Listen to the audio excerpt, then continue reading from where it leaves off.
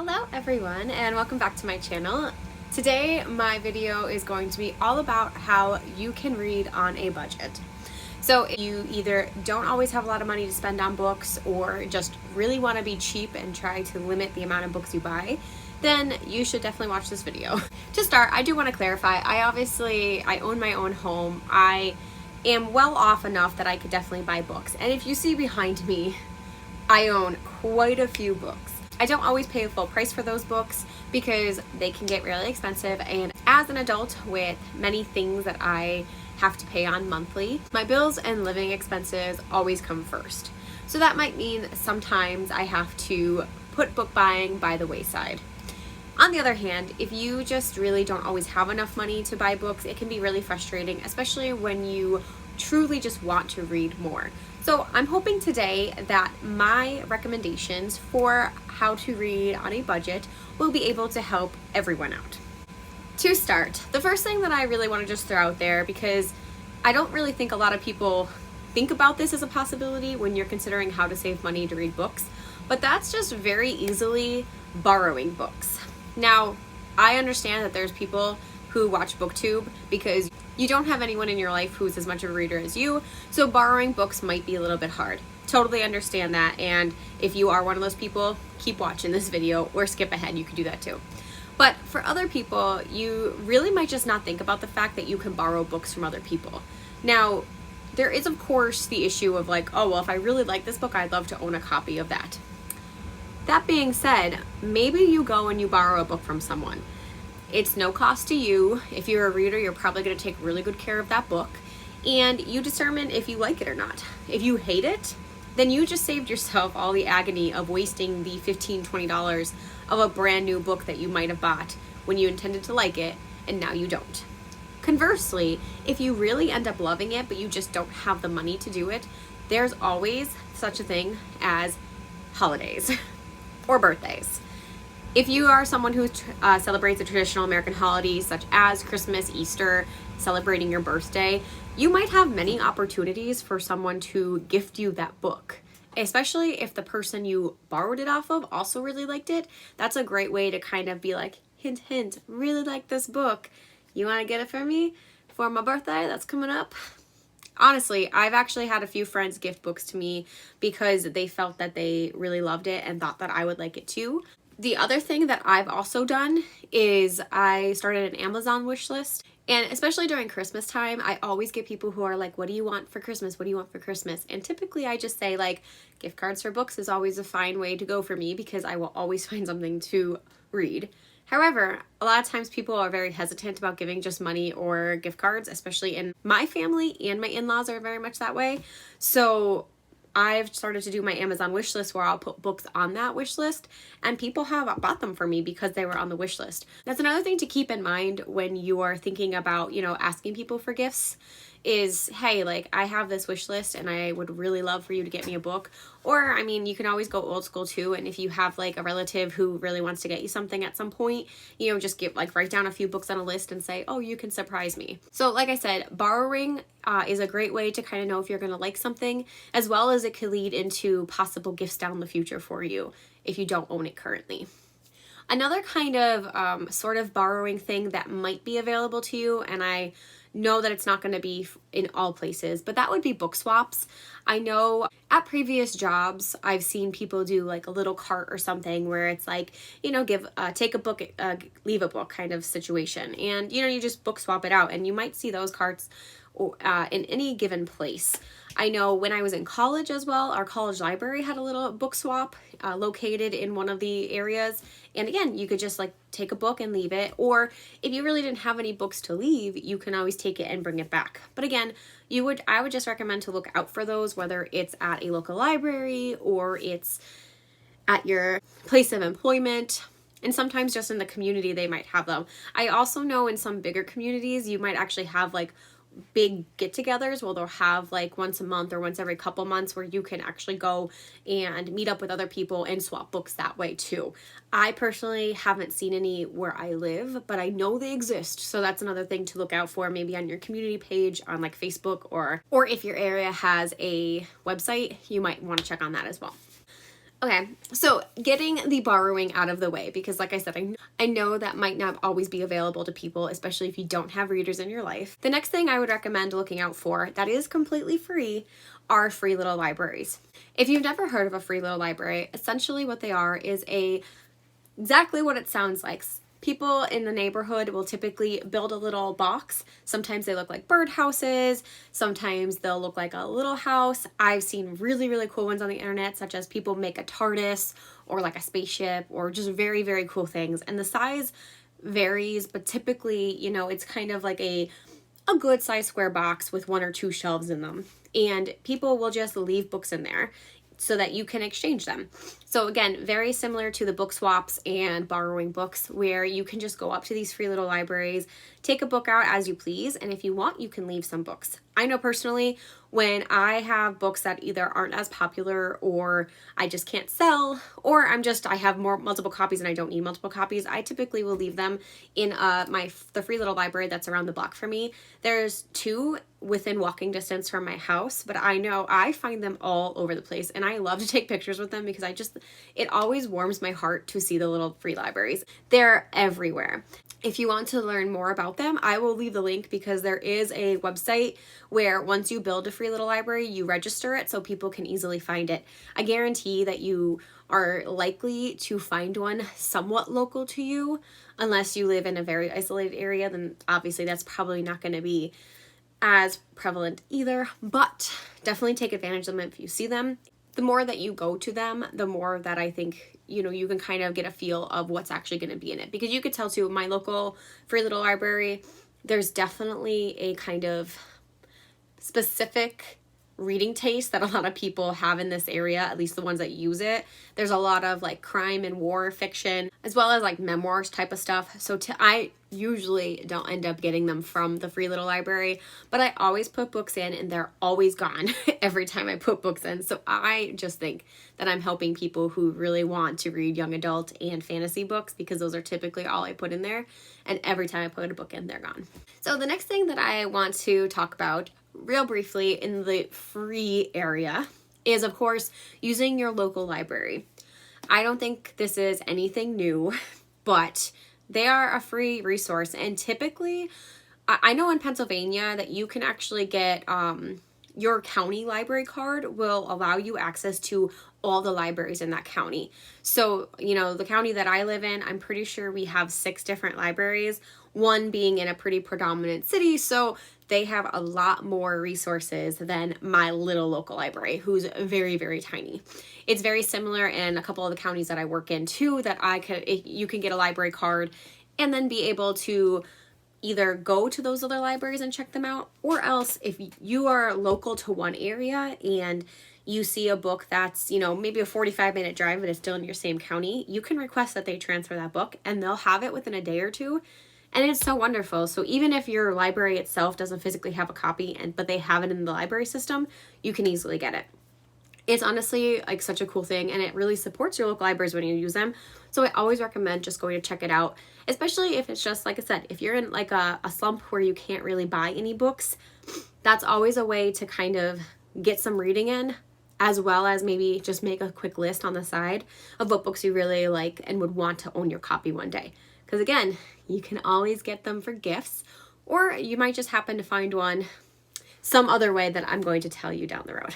In addition to using your library, I do want to just mention that there are the Libby and the Overdrive apps, both of which can get you connected to audiobooks and ebooks for free using your local library system.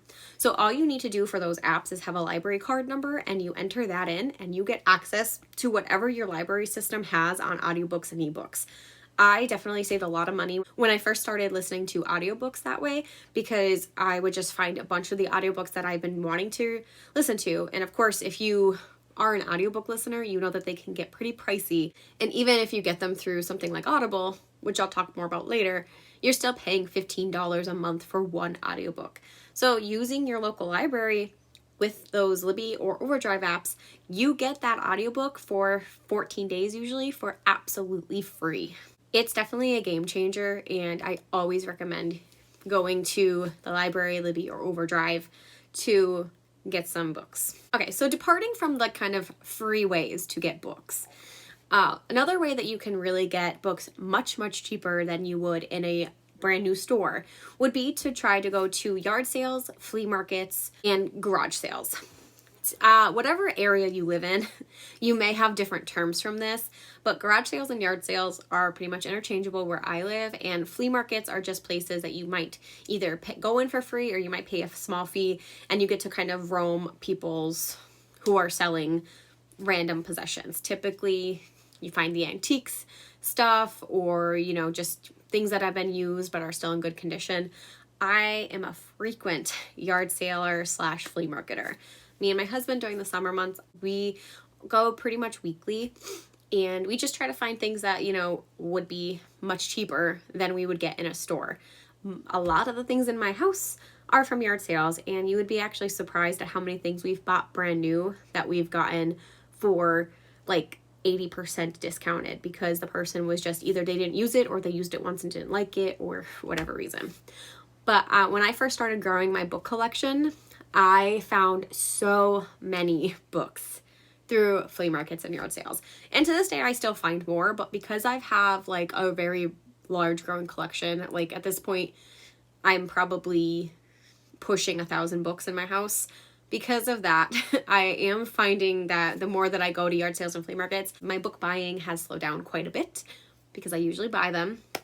However, I found like gorgeous editions, and behind me, I'm pretty sure the Wicked book, the Hemingway, the Death of Arthur, a decent amount of those very nicely bound copies behind me, I found them for $1 at a yard sale. So, like I said, I know that these might not be as common in some areas, but if you find them, I definitely would recommend taking advantage or just going to check them out because you never know what book someone might be trying to give away for 50 cents to $1 most times. A big place to go find very, very cheap books are church sales. I know tons of churches they will collect donations in order to kind of have a sale to profit the church. And a lot of times they will have huge book sections. I have been to a few where there was just like a small little pile or no books at all. And that always sucks. But for the most part, I always find tons and tons of books at church sales. Again, you're going to kind of be hit or miss on what you're going to find there. But if you do find something good, I guarantee you're saving a ton of money. All right, so getting away from the physical books and ways you can get them, I'm going to talk about some things that you can save for audiobooks and ebooks. The first thing I recommend, and something that I've only used like the free trial of, would be the Kindle Unlimited through Amazon. So Kindle Unlimited, you do pay a monthly fee, but if you're someone who's going to rip through ebook after ebook, instead of spending $5, $6, sometimes up to $12, and obviously you get some that are very cheap, but if you're going to keep spending money to buy ebook after ebook, then I highly recommend you do Kindle Unlimited. So Kindle Unlimited is a monthly plan for $10, or I think they're doing like a bundle for the end of this year where you can get 6 months for only $30. I'm not sponsored to say any of this, but I just think it's a really good deal that you might want to take advantage of. So essentially, it's very similar to any kind of subscription plan. You get as many books as you can read in that month for the price set. So like I said, typically it's $10 a month and you get however many books are available in the Kindle Unlimited store. Now they actually have a pretty good mix. Now originally when I first started looking to Kindle Unlimited, I thought it was just going to be like the self-published authors whose books are available and that I might not find something that I really wanted to read. However, I actually was proved wrong because they have a ton of new releases and really, really good books to choose from. If you like YA, I know the Three Dark Crown series, I'm pretty sure, is in the Kindle Unlimited store, as well as some other very popular fantasy books. And again, they have a huge, wide range. I'm pretty sure they like advertise that they have over 1 million titles. So you're guaranteed, if you're a fast reader, that you can rip through those books and get your money's worth. Now, if you're like me, you might not really want to do an e-reader all the time. I personally do like my physical books, especially because of the strain on my eyes that it causes. So I understand if like you don't want to spend the money because you don't know if you're going to actually read it. That's okay. What I would recommend you do is take advantage of the Kindle Daily Deals. So essentially, I don't really see this advertised as much. And to be honest, I have no idea how I even ended up on this list, but I'm very grateful of it. So you can actually get an email every day of like the most popular Kindle deals of the day. And typically you might get anything from, again, some of the self-published authors who are promoting their books to very, very popular books that are just happen to be on sale in the Kindle store. And you get that daily email reminder, or else you can just Google Kindle daily deals and it'll take you to their page where you can see all the deals they have for that day. So like I said, I'm pretty sure that if you search Kindle daily deals on Amazon, you can actually go into the page and it'll say sign up for the Kindle Daily Deals newsletter. That's what I have. And like I said, so it sends you that daily reminder every single day of like, these are the books that are new for today. They have a variety of things that are just today only, as well as various deals that range from all different genres. I recommend signing up for that newsletter because like I said, I typically will just scroll through, and if I don't find anything interesting, I'll delete it. But I notice that it does kind of tailor to my preferences. So I will get a lot of like young adult and fantasy and thriller books. And sometimes I take advantage of that, especially if I'm about to go on vacation. I do like to stock up on my Kindle app because I don't like to bring a ton of books when I'm traveling. As much as I love to read physical books, it's much easier to bring one device with a bunch of books on them. So sometimes I just stockpile them in my Kindle app for when I'm going on a vacation or I'm traveling for work or something, and I get to enjoy tons of books while I'm there. For the most part, I would say the deals range from 99 cents to $2, which is pretty cheap in the long run, especially if you're looking at brand new Kindle books. Can be $10 to $12 normally. So moving on from the Kindle Daily Deals newsletter, I also recommend checking out Audible if you like audiobooks. So the thing with Audible is you pay $15 a month and you get one audiobook. That is pretty significantly discounted because most audiobooks are in the $30 range. And that's kind of crazy if you think about it, but they are very hard to make. And you have a lot of effort and production made into them. So I understand why they have to price them so high because they need to make their profit back. However, using Audible, you get that $15 credit and you get to pick pretty much whatever book you want for that month. So you might want to choose, a audiobook that is $35 and it's still only $15. Or of course you can choose something that's not as much, but it always works out to $15. The nice thing about the Audible app is they pretty much have a huge selection and include brand new audiobooks. What I noticed compared to other apps is they will get like the very highly coveted audiobooks. For instance, the Throne of Glass series I was able to get on Audible, but unfortunately I could not find them anywhere else. And I think it's just because of how popular they are. They're going to only offer them on Audible. So there's other choices for getting cheaper audiobooks, but Audible is going to have a bigger selection. Take that as you will. I personally don't use it anymore. I did have a free trial and I got kind of a deal where I got 2 months for free, and then I paid my first month for $15, and then I got $5 off my next month. So it was worth it to me because I got 4 months for only $20. It was a really good deal that I found, and unfortunately that expired. I did keep it for 2 more months because I wanted to finish 2 series that I couldn't find the audiobooks anywhere else. The one was the Lunar Chronicles, and my library from the Overdrive app had only the first 3 books, and then Scribd, which is something I'll talk about next, I'm pretty sure only had the first 2 and the novella. So it was really hard for me to finish it, and I'm like, you know what, I've been trying to finish this series for a year now. I'm just gonna keep Audible and use that, and it worked out very well. So in addition to Audible, you can also choose Scribd, which is another subscription app that you can get on your phone or tablet or whatever you want it for. So Scribd is a little bit unique as it gives you both audiobooks and ebooks, plus a ton of other additional things that I don't actually use it for. But I know you can get like magazines, sheet music, sometimes documents, various things, and you can get them all for the low price of $8.99 a month. I actually love Scribd. I've been pretty much a consistent buyer for 2 years now.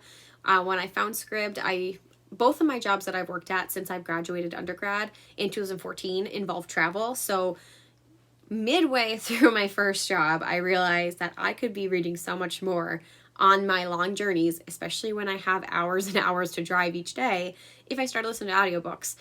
And then from there, that's kind of how I ended up finding Script, because it was advertised to me through an app, and I thought that was a great way to save money.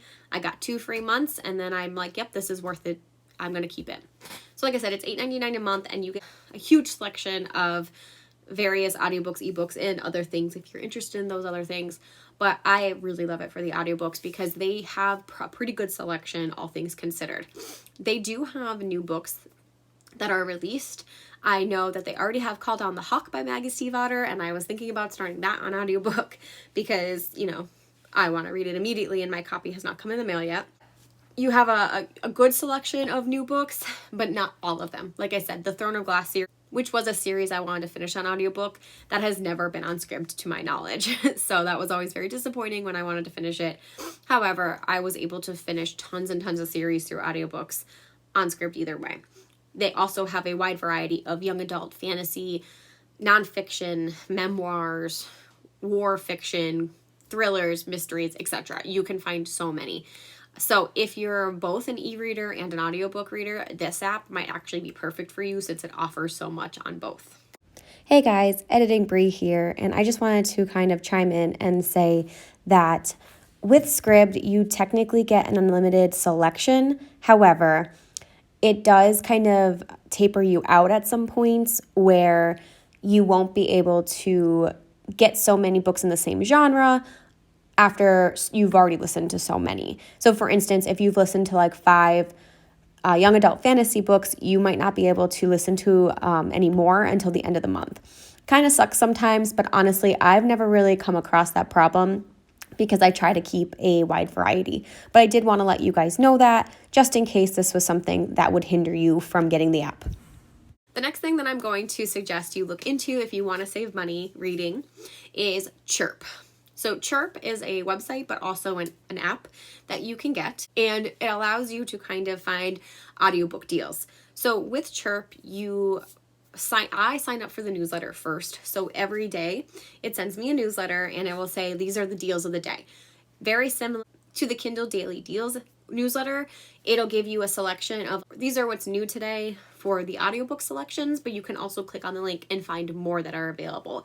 So those deals typically range from like a couple days that they're available to a month, and they vary in what they offer. With the Chirp, if you do decide to select a book through that deal, you do have to download their personal app on the phone. It's also called Chirp, but you get to keep your book forever after you buy it. I have used it once so far, and I ended up getting a young adult contemporary novel that I had been looking for on Script forever, and it was never available, and I think I got it for $4. It was such a good deal. So I was very excited, and like I said, I get to keep it forever. If you were using Script, for instance, and then they took it off and it was no longer available, you can't get that one until either it comes back or you're SOL pretty much. But with Chirp, once you take the deal, it's yours forever. You just have to listen to it through their app. That's the only catch. Worth it in my opinion. Chirp is only audiobooks, so if you're not an audiobook listener, it's not going to be beneficial for you. But like I said, there's a pretty good range, and they mix from indie publishers to big known authors, and it's pretty good for trying to find cheap audiobooks that you're not paying $15 for through Audible, or you don't want to pay the monthly fee for Script.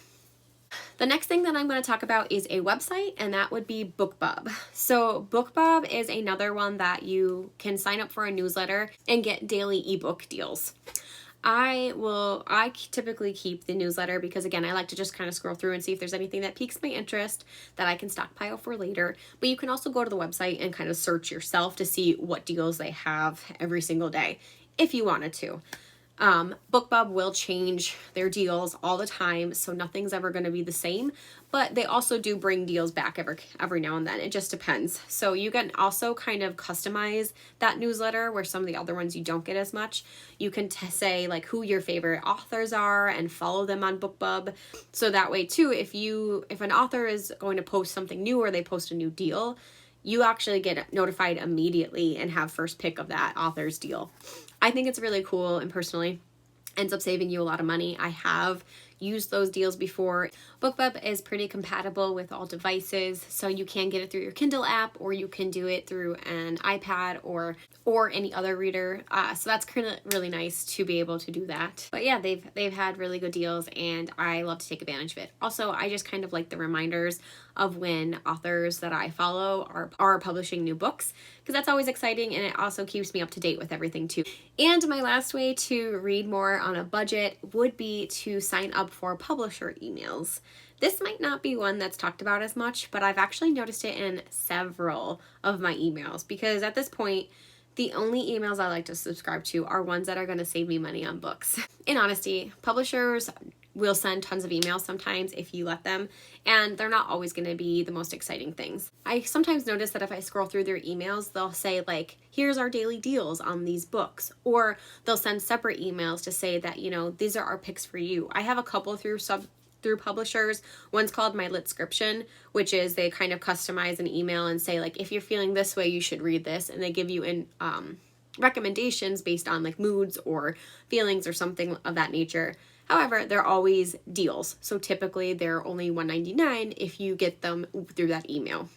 Other things like Fierce Reads, I'm pretty sure, will have kind of like here's what's happening on the Fierce Reads team, and they'll say like, this is what we're reading, and these are the deals of the day, and you again can click through their website and get the ebook on sale. So I just recommend, if you really know that you like a certain publisher, for me, I love Fierce Reads, I love Tor. I always sign up for their emails, and a lot of times you might be surprised at the content in them.